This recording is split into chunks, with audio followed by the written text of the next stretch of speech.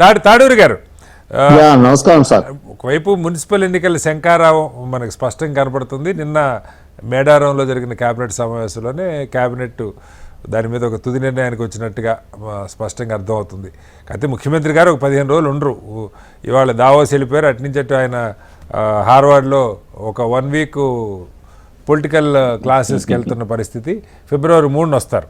మంత్రులకి దాదాపు ఒక్కొక్క మంత్రికి ఒక్కొక్క పార్లమెంట్ నియోజకవర్గం బాధ్యతలు కూడా స్పష్టంగా మున్సిపల్ ఎన్నికలకు సంబంధించి అప్పగించే వెళ్ళారు అని మనకు అర్థమవుతుంది. అయితే ఏంటి అంటే ముఖ్యమంత్రి గారి ప్రచార సరళి పంచాయతీ ఎన్నికలప్పుడే ఆయన పట్టణ ప్రాంతాల్లో సమావేశాలు పెట్టి కొంత ఒక వాతావరణం క్రియేట్ చేసే ప్రయత్నం చేశారు. ఇప్పుడు మళ్ళీ రేపు వచ్చిన తర్వాత ఫిబ్రవరి 1st వీక్ నుంచి 3వ తారీఖు తర్వాత 4వ తారీఖుల నుంచి పల్లె ప్రాంతాల్లో సమావేశాలు పెట్టి పట్టణ ఓటర్లని ఆకర్షించాలి అని ఒక ప్రయత్నం చేయబోతా ఉన్నారు.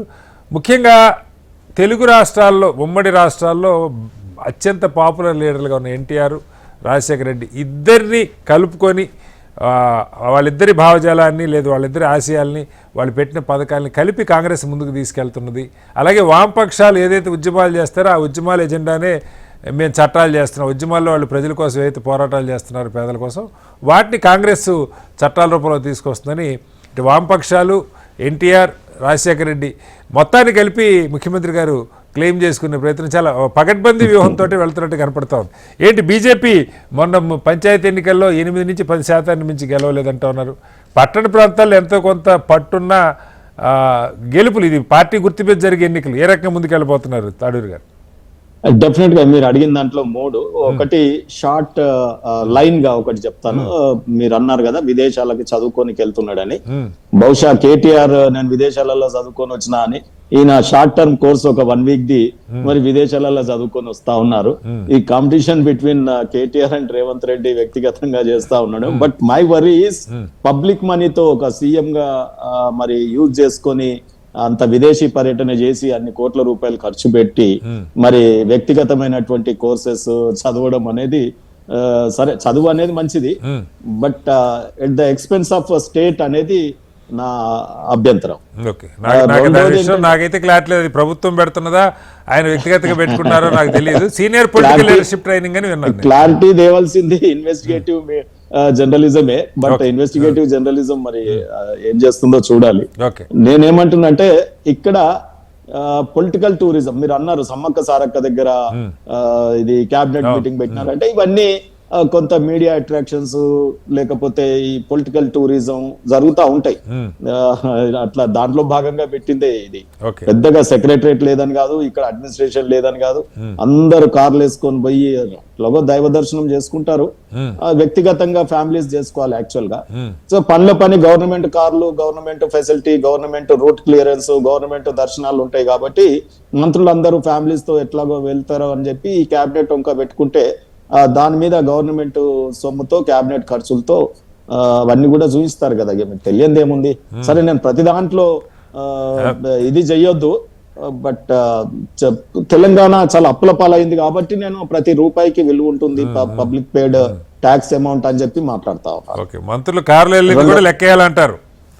డెఫినెట్ గా మోడీ గారు చాలా విదేశీ పర్యటనలు, కొన్ని 100 విదేశీ పర్యటనలు చేశారని ఎందుకు వెళ్తా ఉన్నారు చెప్పండి మీరు?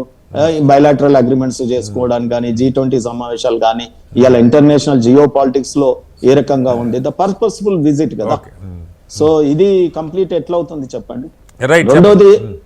రెండోది మీరు అన్నారు సిపిఐ పార్టీలో వెళ్ళి సీఎం రేవంత్ రెడ్డి గారు మాట్లాడారు. మీకు అందరికి తెలుసండి, సిపిఐ పార్టీ సేమ్ ఆర్ఎస్ఎస్ పుట్టినటువంటి సంవత్సరంలోనే 100 ఏళ్ళు పూర్తి చేసుకున్నాయి. 100 ఏళ్ళు పూర్తి చేసుకున్నాయి. బట్ ఆర్ఎస్ఎస్ గ్రాఫ్ ఏ రకంగా శాఖలు విస్తరిస్తా ఉన్నాయి, సిపిఐ ఏ రకంగా కనుమరుగవుతా ఉందో ఈ దేశంలో మనం చూస్తా ఉన్నాం. అండ్ సిపిఐ చాలా ఫేస్ చేసింది. రష్యన్లో విదేశీ మూలాలతో విదేశంలో పుట్టినటువంటి కమ్యూనిజం ఇది. రష్యాలో పుట్టి ఆ తర్వాత మావోగా, లెనిన్గా 2 చీలిపోవడం కూడా జరిగింది చైనా ఇన్ఫ్లుయెన్స్ తో. రష్యా ఫస్ట్ ఉండింది ఇన్ఫ్లుయెన్స్ సిపిఐ మీద, ఆ తర్వాత మార్క్స్ చైనా వచ్చిన తర్వాత మనకు సిపిఎం గా విడిపోవడం, ఆ తర్వాత చీలికలు పేలికలుగా మారిపోవడం. 2 వీటికి అనేక సంస్థలుగా విడిపోయింది, బట్ చీలికలు పేలికలుగా విడిపోయింది. ఆర్ఎస్ఎస్ ఏమో అనేక సంస్థలుగా ఎక్స్పాండ్ చేసుకున్నది. So that is the difference between RSS and CPI. So ఐడియాలజీని విమర్శించినారు. ఈ రోజు నేను ఒకటే చెప్తాను సార్, లోకల్ బాడీస్ ఎన్నికలకు కానీ రాష్ట్ర పరిస్థితుల మీద నేను వస్తా ఉన్నాను. ఈ రోజు ఒక్కటి శ్రీనివాసరావు గారు, మీరు ఒక్కటి గమనించండి. ఐఎన్సి అంటే I need commission in every contract, in every decision, in every transfer, in every appointment. So అది ఐఎన్సీ గా మారిపోయింది. ప్రస్తుతానికి డిబేట్ లో కాంగ్రెస్ ప్రతినిధి అలాగే వామపక్షాల ప్రతినిధి లేరు.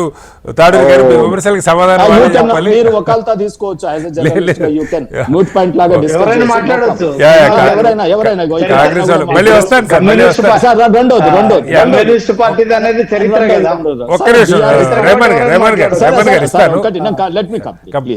అయితే నేనేమంటున్నానంటే, ఇక్కడ బీఆర్ఎస్ పార్టీ ప్రతినిధి మాట్లాడినారు. అందులో మీరు చెప్తూ కూడా బీఆర్ఎస్ పార్టీ పల్లెలలో ఏ రకంగా చేసిందని, దానికి నేను అంటా ఉన్నాను, భ్రష్టాచార్ రాష్ట్ర సమితి, బిఆర్ఎస్ మీన్స్ భ్రష్టాచార్ రాష్ట్ర సమితి. సో ఇది ఈ రెండు కలిసి ఈ తెలంగాణని దోపిడీ దొంగల్లాగా పడి మోసుకుపోయినారనేది నేను చెప్పగలుగుతాను.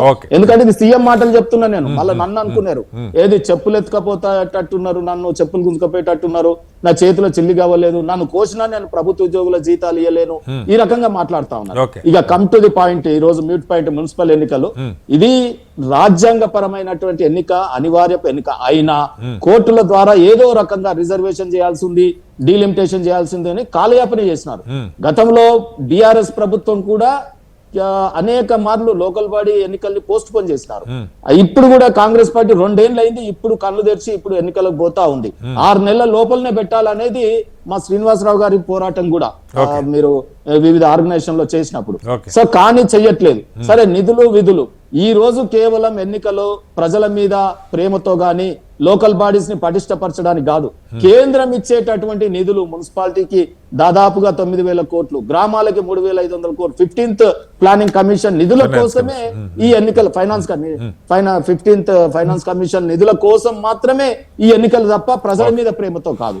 సో నేను తప్పకుండా చెప్పగలుగుతా ఉన్నాను, మున్సిపాలిటీస్ పార్టీ గుర్తుతో ఉంటుంది, పట్టణాలలో బీజేపీ ఉంటది అనేది ఇప్పుడు వక్తలు మాట్లాడుతా ఉన్నారు. సో కాబట్టి మేము పట్టణాలలో రేపు బెటర్ పర్ఫార్మెన్స్ పరిస్థితి మీకు తప్పకుండా. మొన్న జిహెచ్ఎంసీ లో అసలు పోటీయే చేయలేదు ఏది బీఆర్ఎస్ పార్టీ, కాంగ్రెస్ ఏమో ఎంఐఎం 2 కలిసి పోటీ చేసినాయి. మరి ఎంఐఎం ను నిలువరించాలంటే ఇలా బీజేపీ పార్టీయే ఉండాలి. దారుసలాంతో పరిపాలన కావాలా, దారుసలాం నుంచి పరిపాలన కావాలన్నా, జిహెచ్ఎంసీ నుంచి పరిపాలన కావాలా, మేయర్ ఒక రాష్ట్ర అధ్యక్షులు కూడా చెప్తున్నారు దేశాన్ని కాపాడుకోవాలంటే ఎంఐఎం నుంచి మాట్లాడుతున్నారు. హైదరాబాద్ కా షాన్ ఒక ఖాన్ మేయర్ కావాలా, హైదరాబాద్ కా షాన్ కమల్ సే హోతా అనేది రేపు ప్రజలు నిర్ణయిస్తారు. తెలంగాణ మే అంధేరా చటేగా, సూరజ్ నిక్లేగా, కమల్ ఖిలేగా. ఎన్నికల నినాదాలు కూడా సిద్ధం చేసుకున్నారు శ్రీనివాస్ గారు. మళ్ళీ